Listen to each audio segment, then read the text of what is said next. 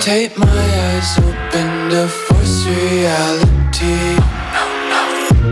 Why can't you just let me eat my weight in glee? Hush. Welcome, World Ablaze listeners, to episode 73. Episode 73, recorded this day, Monday, April 21st, 2025. I think that you will enjoy this episode. And one of the highlighted topics of discussion today begs the question, who is your hero?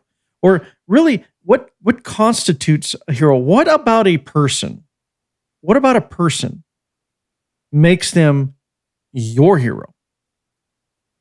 Is it their character, their infallible character, their amazingly awesome character that leads by example? Is it their strength? Their strength to stand up to all the evils in the world. You know, looking out for the little guy. Maybe he walks grandma across the street. Maybe it's that person. But the question remains, what about a person makes them your hero? And this is a question I asked the Democrat Party. Because recently, I am not sure that they understand the concept of what a hero is. Apparently, their heroes are members of extremely violent gangs that are also classified terrorists. Their heroes seem to be people who beat their wives. They also seem to be young men who think that the best way to make a statement due to their anger is to kill someone by stabbing them directly in the heart. I think by now you all get who I'm talking about. I am talking about Kilmar Abrego Garcia, the MS-13 member that got deported. Yet the left thinks that it was wrong to deport him, even though he is an illegal alien. But, I'll get to that. Notwithstanding his criminal record, domestic abuse. What else can we say? Yeah, actually, I believe he was a high-ranking MS-13 member. Anyway, semantics, right? Whatever. And then Karmelo Anthony, who's being praised and upheld, has a Give, Send, Go account. Let me see where they're at on that. Because we all want to support murder. I know, in usual fashion, the left is trying to turn this into race because Karmelo Anthony is a young, upstanding black man. And the victim, the person who was killed, was a white kid. So it had to be the victim's fault, right? Automatically, because, young black man, young white man. White man is the aggressor, right? Or white man bad. So Karmelo Anthony is the upstanding citizen who was just merely defending himself. Although the reports say the opposite of that. And there are witnesses that absolutely say the opposite of that. But getting back to the give, send, go. Apparently, everybody believes that this young man deserves the support he needs to fight his case. And as of right now, because I'm literally on the Give, Send, Go website, which anybody can go to and help Karmelo, right now, as of this moment, they have raised $504,555. So again, what about a person makes them a hero? Now, before I answer that question, or you answer that question, I'm going to remind everybody to please like, share, and subscribe the show, and especially with others that you believe will enjoy World Ablaze. And I appreciate everybody who supports the show. Believe me, I see the downloads. I see exactly where they're coming from all over the world. Amazing, constantly humbled. I appreciate every single one of you that literally as soon as an episode drops, I instantly see the downloads. I'm still dumbfounded by that. I still can't get my head around it, but all I can say is thank you. And again, I'll always thank Iceland, my first foreign nation to support me when I first started the podcast. Thanks very much, Iceland. There's the UK, there's Australia, New Zealand, and that's just a handful. Of course, we have listeners in Canada, Mexico, etc. I appreciate everybody. And right now, now that I got that out of the way, look, just support us, right? Hey, support us.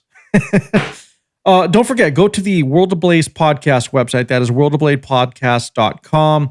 And there, again, you'll see all new episodes. You'll find links to where you can follow the show, whether you listen to podcasts on Apple or Spotify, etc. And at the bottom of the page, towards the right side, at the bottom of each page on the website, you'll also see social media links. So there'll be like a links to X, Threads, Facebook, Instagram, even though I don't really use Instagram often, but regardless. And before I move forward, I want to give a shout out to the Whiskey Hell podcast. Yes. Fritz and McShane are the hosts of Whiskey Hell, and I had the pleasure of hanging out with them and the crew via the chat or live chat while they were recording their most recent episode. No, I wasn't a guest. I wasn't a guest on their show. But they do offer people the opportunity to get involved while they're recording. And they usually record on Saturdays, as I understand it. So, Saturday evening, it's a good hang. You get to get into the chat room they have. You get to interact with everyone. They're also interacting, and some of the comments and their reactions to whatever you type is recorded on the show. So it's really cool how they do that, and I see why they have the following they do, especially the support they have in the chat room on their on the days that they record. So if you have the opportunity, listen to the Whiskey Hell podcast. Whiskey Hell podcast on Spotify, Apple, wherever you listen to podcasts. So Fritz McShane, hats off to you. I got a big glass of whiskey right here. I'm going to take a sip. There we go. Now that sets the evening. But anyway, cheers to you, Fritz McShane, and to the Whiskey Hell crew. On that note, I also want to give a shout out to Kervin Oquin. He is the host of This Week Explained. He's also a consultant and personality on NTD News. And he and I have been in touch ever since I first had him on my show as a guest. And since then, I think he's been on the show like 4 times. And we've continued to stay in touch. And great guy, definitely knows what the hell he's talking about. He's an ex-intelligence analyst. He's actually still an intel analyst. He's just used to be one officially for the Army. But he's very knowledgeable. And if you want to dive deeper into geopolitics and get to know what's really going on with the delicate and seemingly fragile relationships between all of our nations in the world, then go ahead and also listen to This Week Explained.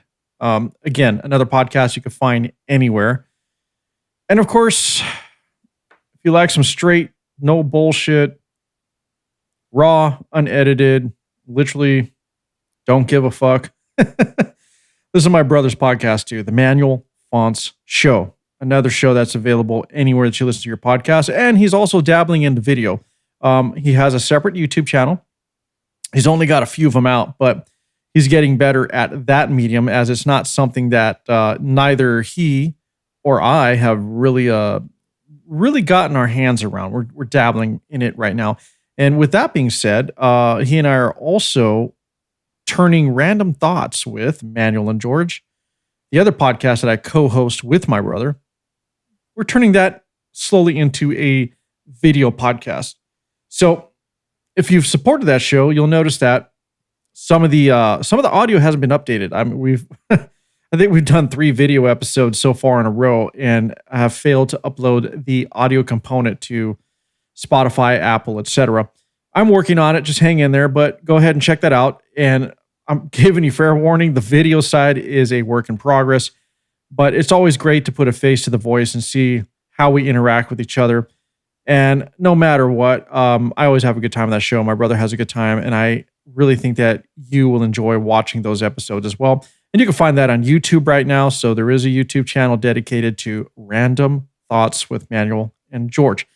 And enough house cleaning. God dang, can we just get to the show now, right? You feel spent by just listening to me yap about how great our shows are and how I want you to check out my friends' shows and et cetera, et cetera, et cetera. Anyway. Whew, I got that out of the way. I need another sip of whiskey. All right. Okay. So, back to the original question. What makes a person your hero? Well, the Democrat Party seems to think that it's domestic violence, domestic terrorism, murder in the first degree, and domestic violence. Okay, maybe I'm reaching. I don't know. Maybe I'm not. But apparently, the Democrat Party right now. Okay, let's not say the entire Democrat Party. But let's just say most of their leaders, most of the prominent Democrat Party leaders seem to think that these are the traits that you should support.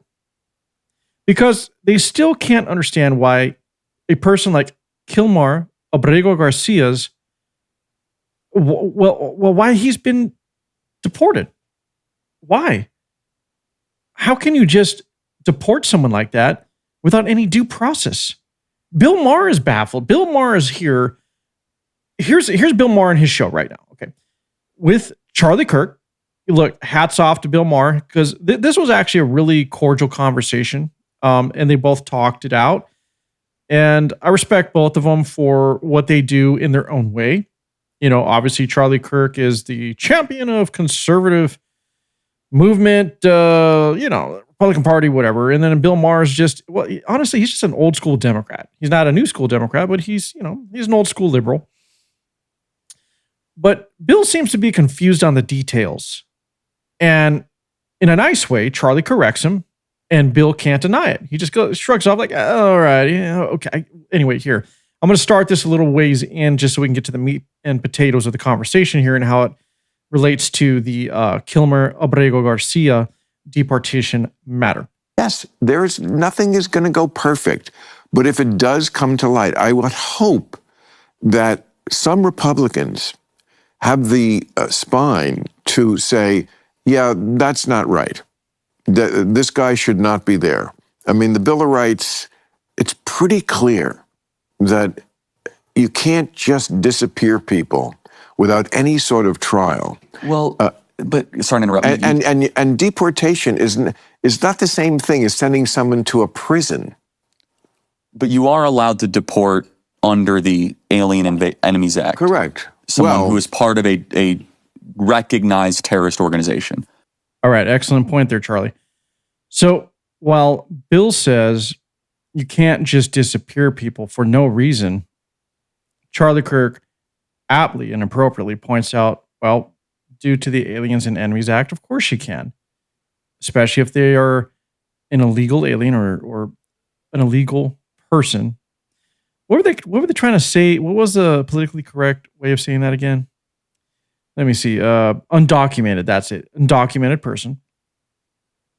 But in this case, not even just an illegal alien, but someone who's a member of the MS-13 gang that is deemed a terrorist organization. So, Bill, yeah, details matter.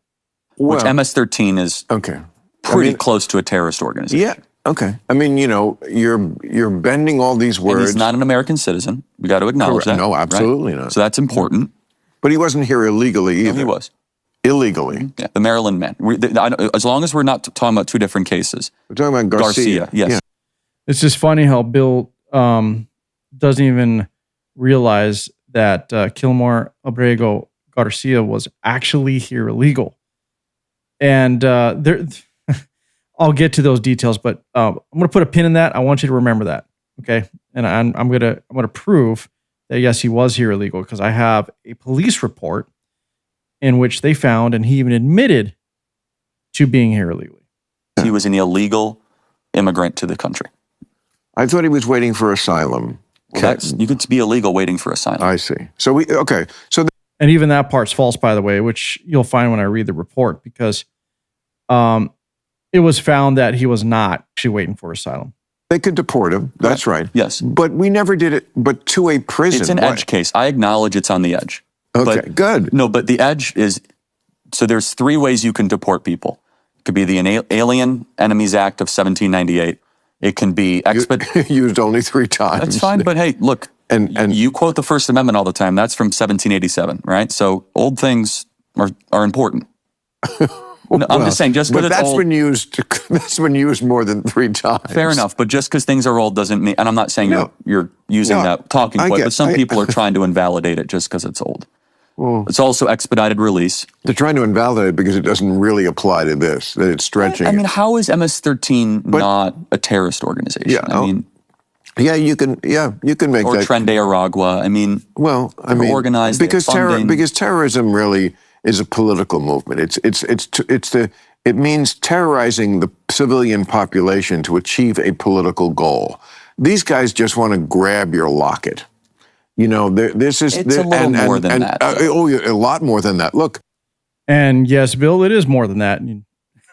I'm sure you very much understand it. But listen, Bill's trying to justify the argument. And Bill's not a stupid person, by the way. So I think he gets it. I think he understands.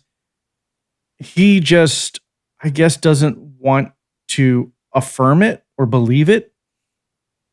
But since we're talking about whether or not Kilmar Abrego Garcia is an illegal immigrant, and one that everyone claims doesn't even have any criminal history, but I'm actually looking at a police report here from March 28th of 2019, Prince George's County Police Department, gang field interview sheet. Let me read that again. Gang field interview sheet. That's right. This person, Kilmar Abrego Garcia, was actually questioned by the gang task force. And he was picked up while hanging out in the parking lot of Home Depot because he was with other known associates of MS-13 or associates of gangs, and he was in the same group. So he got picked up, got questioned. They have a description of him. They have his mugshot, and they even affirm that he's part of the MS-13 gang. It says here he's a member. It says that he has an active status. He's part of the Westerns clique, and he holds a rank. Not an entry-level rank. He owns, he has an upper rank in the MS-13 gang. And when they interviewed Kilmar Abrego, I want to read a little bit of it right here. It says that officers then interviewed Kilmar Armando Abrego Garcia. During their interview, officers observed he was wearing a Chicago Bulls hat and a hoodie with rolls of money covering eyes, ears, and mouth of the presidents on the separate denominations. All right, I'm going to stop here. A lot of people are saying, how can you claim a Chicago's Bulls hat automatically makes you a gang member? I'll agree on that point. It doesn't, but apparently MS-13 uses the Chicago's Bulls hat or Chicago's Bulls attire to help validate their standing in the gang. Again, I'm going to agree with everybody. That's kind of a weak argument there, but the hoodie with the rolls of the money covering the eyes, ears, and mouth is also a part of Hispanic gang culture, and that is what the officer goes on to say in this report. In fact, officers know such clothing to be indicative of the Hispanic gang culture. The meaning of the clothing is to represent see no evil, hear no evil, and say no evil. They also state that wearing the Chicago's Bulls hat represents they are a member in good standing with the MS-13. Officers contacted a past, proven, and reliable source of information who advised Kilmar Armando Abrego Garcia is an active member of MS-13. Okay, so back in March of 2019, it was verified that he is a member of the MS-13. So just for Bill Maher's sake here, not because you guys get this, right? My listeners, for the most part, I think they get it. They get it. And for those who are new, for those who listen, it's no secret I lean right. All right, I try to stay a bit more center because I'm not far right. But I'm sure there's some of you out there that are not even center. You're more left or far left. Maybe you stumbled onto this podcast. You're like, yelling and screaming and kicking and spitting, and your pitchforks are up, ready, sharp. You're ready to take down the Republican, conservative, MAGA. But hold on. I'm just reading the facts and the data, and I'm trying to correct everyone's wrongful view of this person, a person who has been convicted of, domestic abuse. That's right.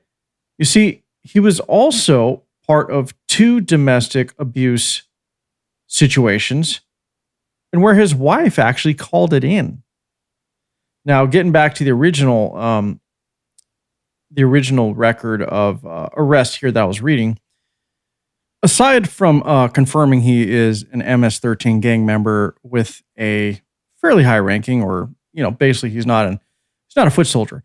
I will now get to the part where Abrego Garcia admits to being an illegal alien. Yes, says right here. Of course, I got to again read the date. So March 28th, 2019. Abrego Garcia is a citizen and national of El Salvador. Abrego Garcia claimed to have walked across the desert for many days, entering illegally into the United States near McAllen, Texas, on or about March 25th, 2012. It goes on in this report to, again, validate per Prince George's County Police gang unit that Abrego Garcia was a member of MS-13. Intelligence information here says Abrego Garcia has gang affiliation, and subject states that he has no information about gangs or human drug smuggling. Abrego Garcia was advised of his right to speak with the consular officer of his native country of El Salvador, which he declined because Abrego Garcia is claiming fear of returning to his home country of El Salvador. Okay. Disposition. A notice to appear is being executed on Abrego Garcia as per Section 212 of the Immigration and Nationality Act. And so for Bill Maher's sake, there's just a little bit of evidence as to this person's involvement, character, etc. Now, you think that would be enough? That would be enough for the leftist leaders, the leftist media, to let this go and be like, yeah, all right, we get it. The guy's a member of the MS-13. He was denied entry, and he was denied asylum because he couldn't prove that he was in danger. He couldn't prove that he himself wasn't a danger to the citizens of our nation. So you think that would have been enough, right? Clear cut, dry, wash your hands of it, walk away. The document's right there. There's the evidence. But no, not so fast. Not so fast. So, we still have the media, the long arm of the Democratic talking points, the propaganda machine themselves, especially the organization, the one and only CNN. In this clip, Caitlin Collins, journalist, or as I call her, talking head and teleprompter reader, goes ahead and presses Donald Trump at the White House, and where he is having a meeting with the El Salvadorian president himself. Listen to this exchange because this is great. Here in this exchange, Pam Bondi corrects Caitlin Collins, and of course, Stephen Miller. This guy's amazing. He also steps up and corrects everybody of the situation. Take a listen to this, because what's really cool is you're going to hear a few digs from Trump. Good old, you're just not so great. Yeah, you're kind of I don't know why people listen to you. Your ratings are horrible. Anyway, here you go. Let's hear the question from this very low-rated anchor at CBS. Thank you, President. Do you plan to ask President Bukele to help return the man who your administration says was mistakenly deported? The man who was mistakenly deported to El Salvador? Well, let me ask Pam, would you answer that question? Sure, President. First and foremost, he was illegally in our country. He had been illegally in our country. And in 2019, 2 two courts, an immigration court and an appellate immigration court, ruled that he was a member of MS-13 and he was illegally in our country. This is true. I just read the documents. Right now, it was additional paperwork had needed to be done. That's up to El Salvador if they want to return him. That's not up to us. The Supreme Court ruled, President, that if, as El Salvador wants to return him, this is international matters, foreign affairs. If they wanted to return him, we would facilitate it, meaning provide a plane. So will you return him? And you are doing a great job. Thank you. Stephen Miller, wait a minute. Can you just also respond to that question? Right here, President Trump is pointing at and referring to Stephen Miller. He is the United States Homeland Security Advisor and also the White House Deputy Chief of Staff. Listen to this response. Because, it's asked by CNN, and they always ask it with a slant because they're totally slanted because they don't know what's happening. That's why nobody's watching them. But would you answer that question also, please? Yes, gladly. So, as Pam mentioned, there's an illegal alien from El Salvador. So, with respect to you, he's a citizen of El Salvador. So, it's very arrogant even for American media to suggest that we would even tell El Salvador how to handle their own citizens as a starting point. As two immigration courts found that he was a member of MS-13. When President Trump declared MS-13 to be a foreign terrorist organization, that meant that he was no longer eligible under federal law, which I'm sure you know, you're very familiar with the INA, that he was no longer eligible for any form of immigration relief in the United States. So he had a deportation order that was valid, which meant that under our law, he's not even allowed to be present in the United States and had to be returned because of the foreign terrorist designation. This issue was then, by a district court judge, completely inverted, and a district court judge tried to tell the administration that they had to kidnap a citizen of El Salvador and fly him back here. That issue was raised to the Supreme Court, and the Supreme Court said the district court order was unlawful, and its main components were reversed 9-0 unanimously, stating clearly that neither Secretary of State nor the President could be compelled by anybody to forcibly retrieve a citizen of El Salvador from El Salvador, who again is a member of MS-13, which, as I'm sure you understand, rapes little girls, murders women, murders children, is engaged in the most barbaric activities in the world. And I can promise you, if he was your neighbor, you would move right away. Well, way to go, Stephen Miller. And listen, he's telling it like it is. Everything he said is truth. And especially as it relates to this situation with Kilmar Abrego Garcia. Yes, he is an MS-13 member. It's been confirmed. There's documentation. There was a deportation order. He was supposed to leave a long time ago. Everything surrounding Abrego Garcia is bad news. Is bad news. And again, circling back to the beginning of this episode, what constitutes a hero? I mean, is this the hero that the Democrat doesn't want but maybe needs? I mean, is this really the hill to die on? To reach up and under and prop up Kilmar Abrego Garcia as the beacon of light for the Democrat Party? Because this man was apparently wronged in such an atrocious way. Okay, listen, that was all me being facetious. Obviously, I hope you got the sarcasm there, but seriously though, think about that. Like, why are they trying so hard to make this person out to be the good guy? But listen, it doesn't stop there, because just as the left does, they put their foot in their mouth. And I am sorry if this episode is all about me bashing the left, but on this particular matter, it's kind of hard not to.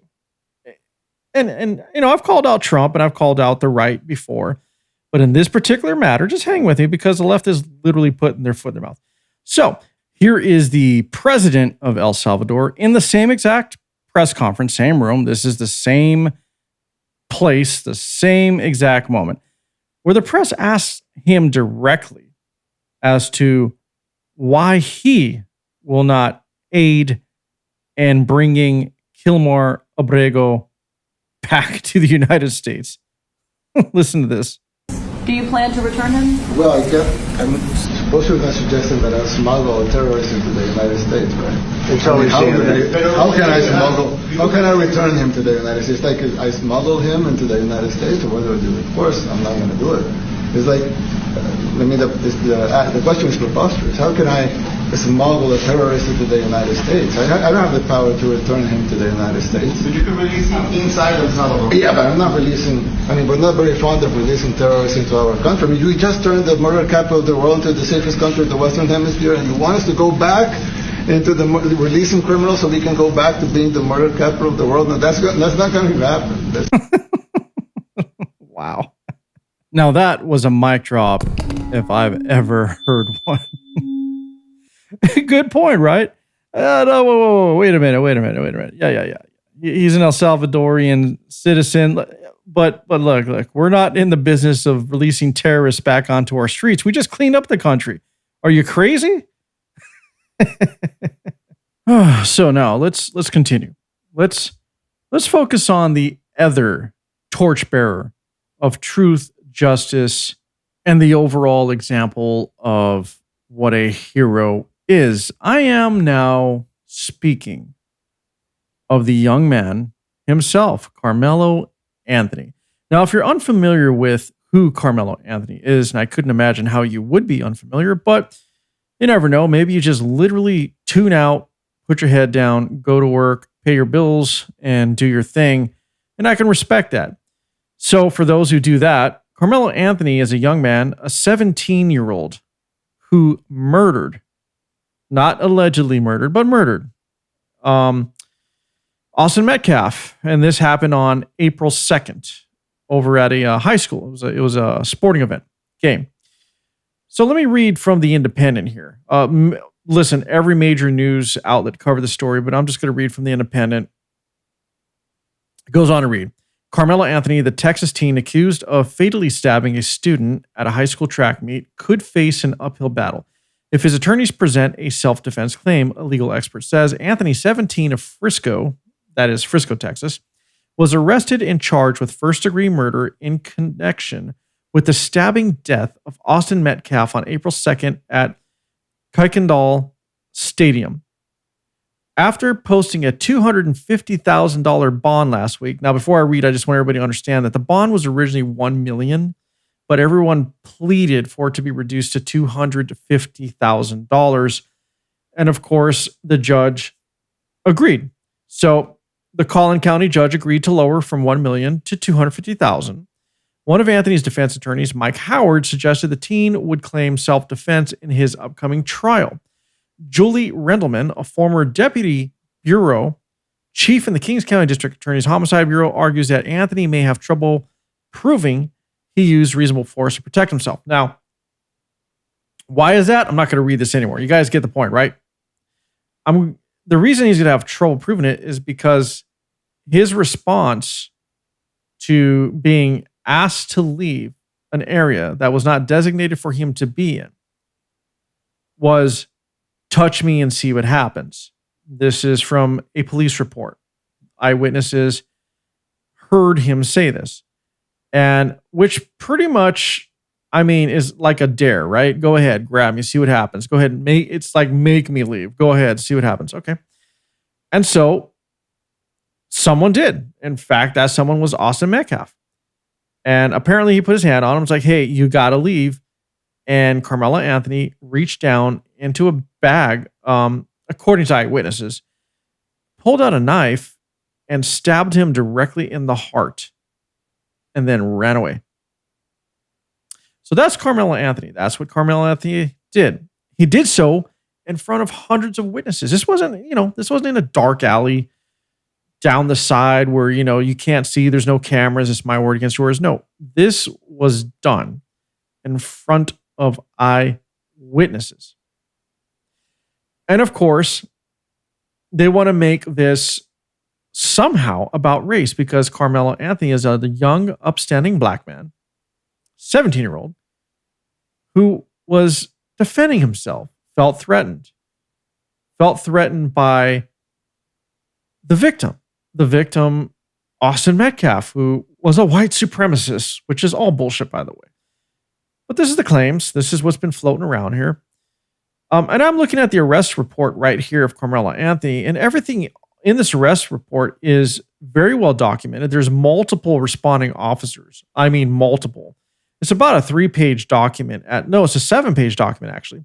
And they do list multiple eyewitnesses who were there to testify or to state, or make a statement, rather, that yes, Karmelo Anthony stabbed Austin Metcalf. Austin Metcalf succumbed to his wounds and died. This is murder. But even with all that being said, there's a large number of people stepping up and supporting Karmelo Anthony, because Karmelo Anthony is now somehow the victim. Here's a clip of a questionable individual, and I say questionable because this person himself has a rap sheet. But this is Dominic Alexander. And I'm not sure how this person became the representative of the Anthony family and how this person is able to stand up and speak on behalf of Karmelo Anthony, but here he is. Give him a listen. And all I'm going to say, so it don't be asked later, is that was disrespectful and just shows you all the character who is not invited.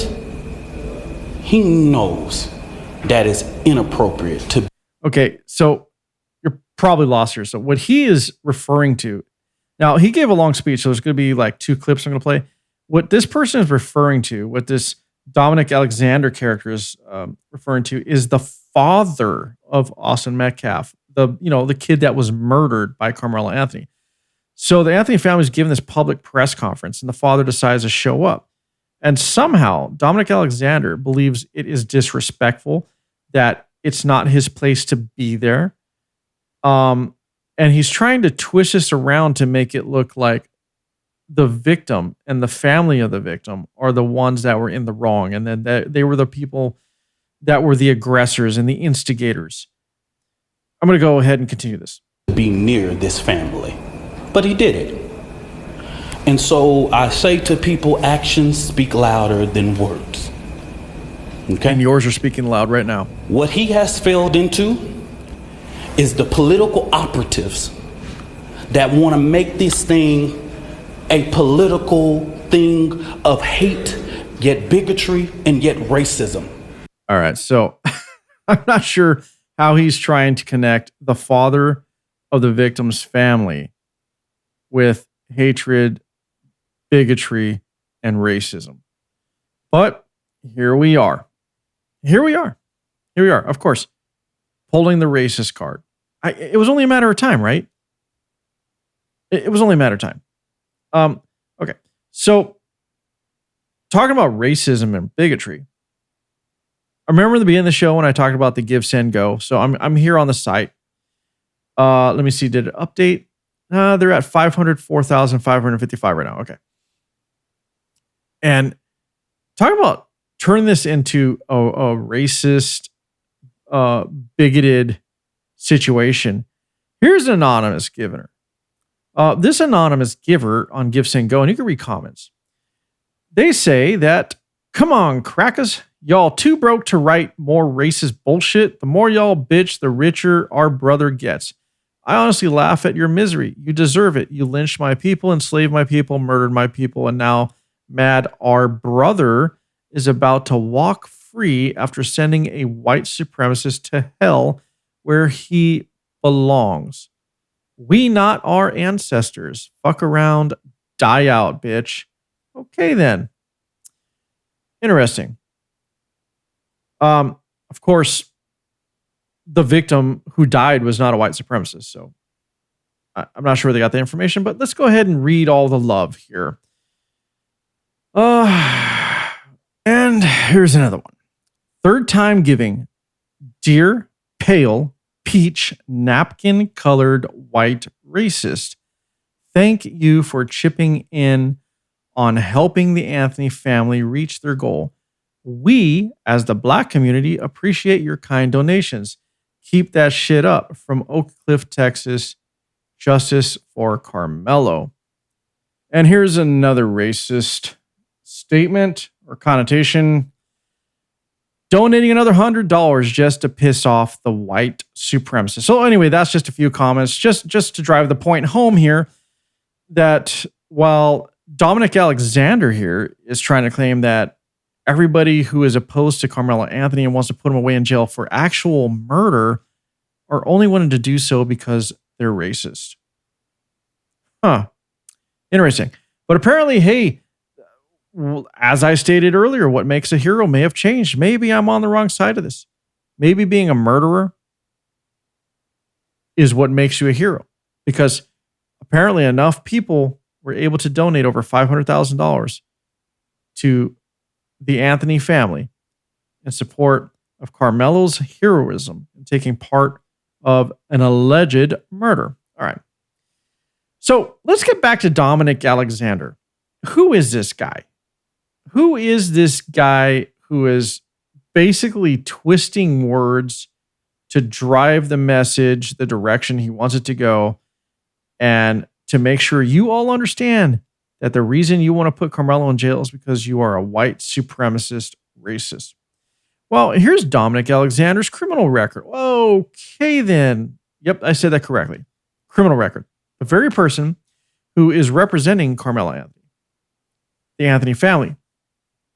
Let me read a little bit of this. Felony injury to a child in 2009. Forging a check posted 2009. Leading police on a high-speed chase in 2009. Let me see. Stealing a car, 2009. Falsely claiming a car was stolen, 2009. Offensive physical contact in 2015. Probation violations, 2016.